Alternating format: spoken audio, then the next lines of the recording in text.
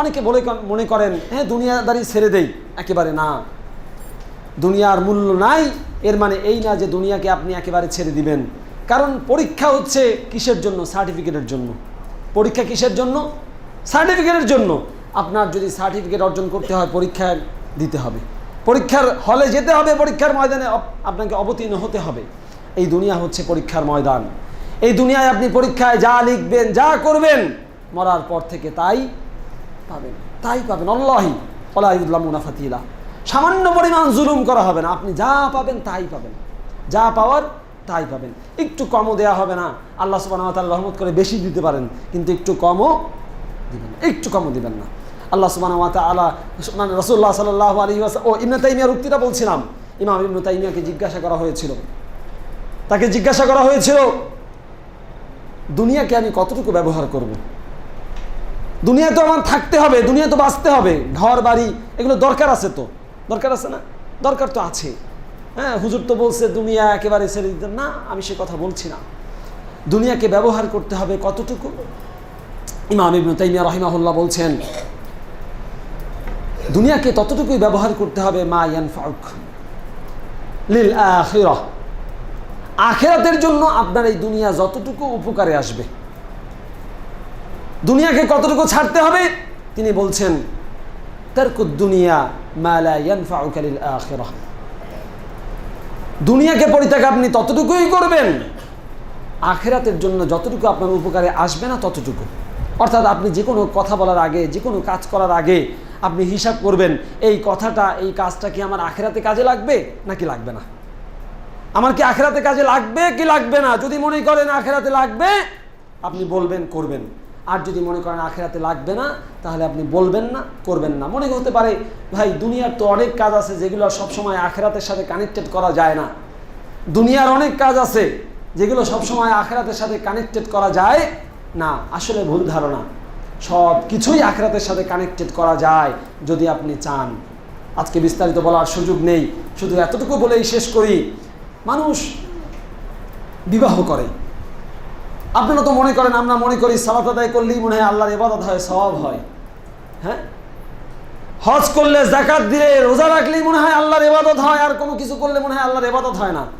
ব্যবসা করলে আল্লাহর ইবাদত হয় না, চাকরি করে আল্লাহর ইবাদত করা যায় না, হালাল রিজিকের তালাশ করে আল্লাহর ইবাদত হয় না, হারাম থেকে বেঁচে থাকার মাধ্যমে আল্লাহর ইবাদত হয় না।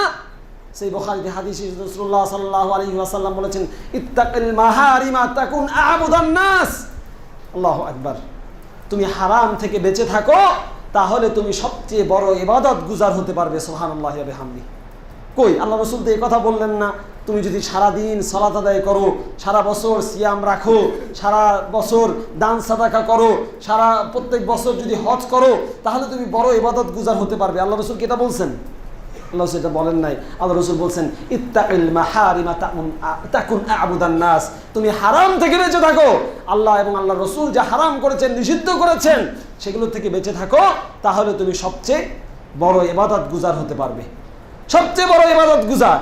তাহলে বোঝা গেল এই হাদিসের মাধ্যমে হারাম থেকে বেঁচে থাকা, হারামকে বর্জন করাও। কথা বুঝতে পেরেছেন?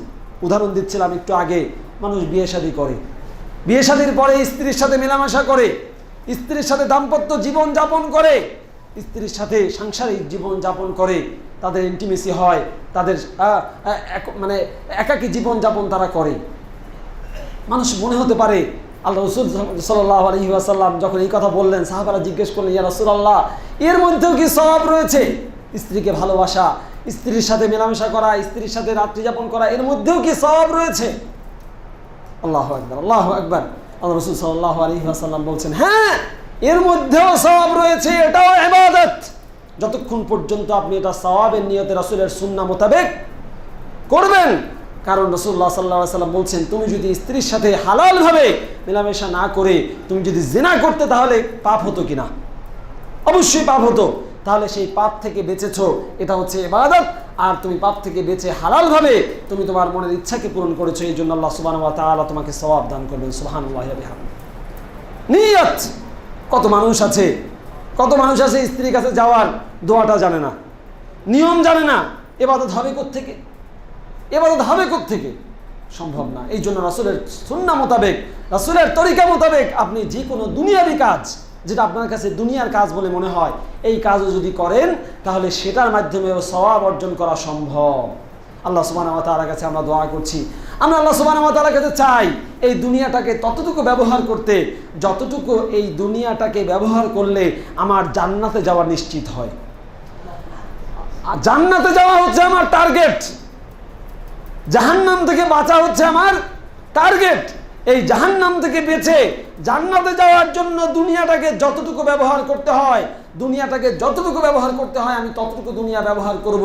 এর থেকে একটু বেশিও না, একটু কমও না, একটু বেশিও না, একটু কমও না।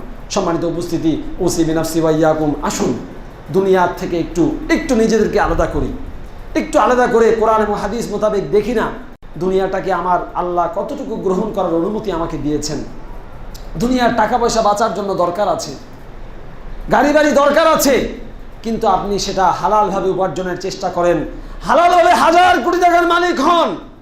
মালিক হয়ে আপনি কোটি কোটি টাকা যাকাত দিবেন, দান করবেন, সাদাকা করবেন, এই করবেন, সেই করবেন, কোনো অসুবিধা নেই, ইসলাম নিষেধ করেনি।